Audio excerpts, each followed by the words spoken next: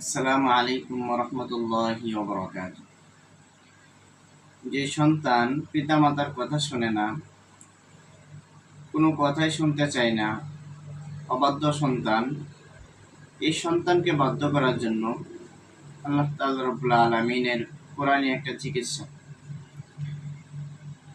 প্রত্যেক পিতামাতা একাধারে ৭ দিন ফজরের নামাজ পড়ার পর ওয়া আসলিহ লি ফি যুররিয়াতি ইন্নী তুবতু ইলাইকা ওয়া ইন্নী মিনাল মুসলিমিন আয়াতটা ৩ বার পাঠ করবে। তবে শর্ত হলো ওয়া আসলিহ লি ফি যুররিয়াতি, যুররিয়াতি শব্দটার পরে যার জন্য আপনি এটা করতেছেন, যে সন্তানের জন্য করতেছেন, ওই সন্তানের নাম উল্লেখ করবেন।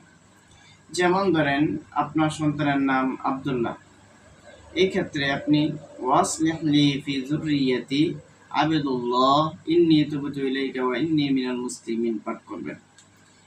একেবারে একটা অল্প সামান্য পরিমাণ ছোট আয়াত, আয়াতে কারিমা যদি তেলাওয়াত করা হয়, প্রত্যেক পিতামাতা ফজরের নামাজের পর ৩ বার পাঠ করে আশাবাদী ইনশাআল্লাহ সন্তান বাধ্য হয়ে যাবে ইনশাআল্লাহ, বাপ মার কথা শুনবে, যা বলবে তাই মানবে ইনশাআল্লাহ।